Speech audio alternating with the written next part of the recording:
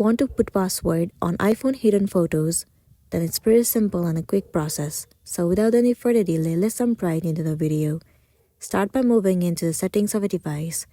Inside settings, scroll down and then head over to Face ID and passcode. Enter the passcode of a device.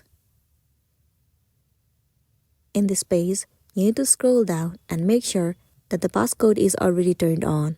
If not, simply turn on the passcode. After that, go back and head over to Apps.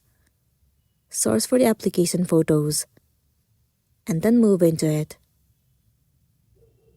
Over here, if you see the option where it says Use passcode, then simply turn it on. And if you couldn't find that option, simply turn on Use Face ID. Either the Face ID or the passcode will be applied to hidden folder, and then you'll be good to go. So that's the end of the video. If this video helped you, give it a like and check out our next tutorial. Thank you.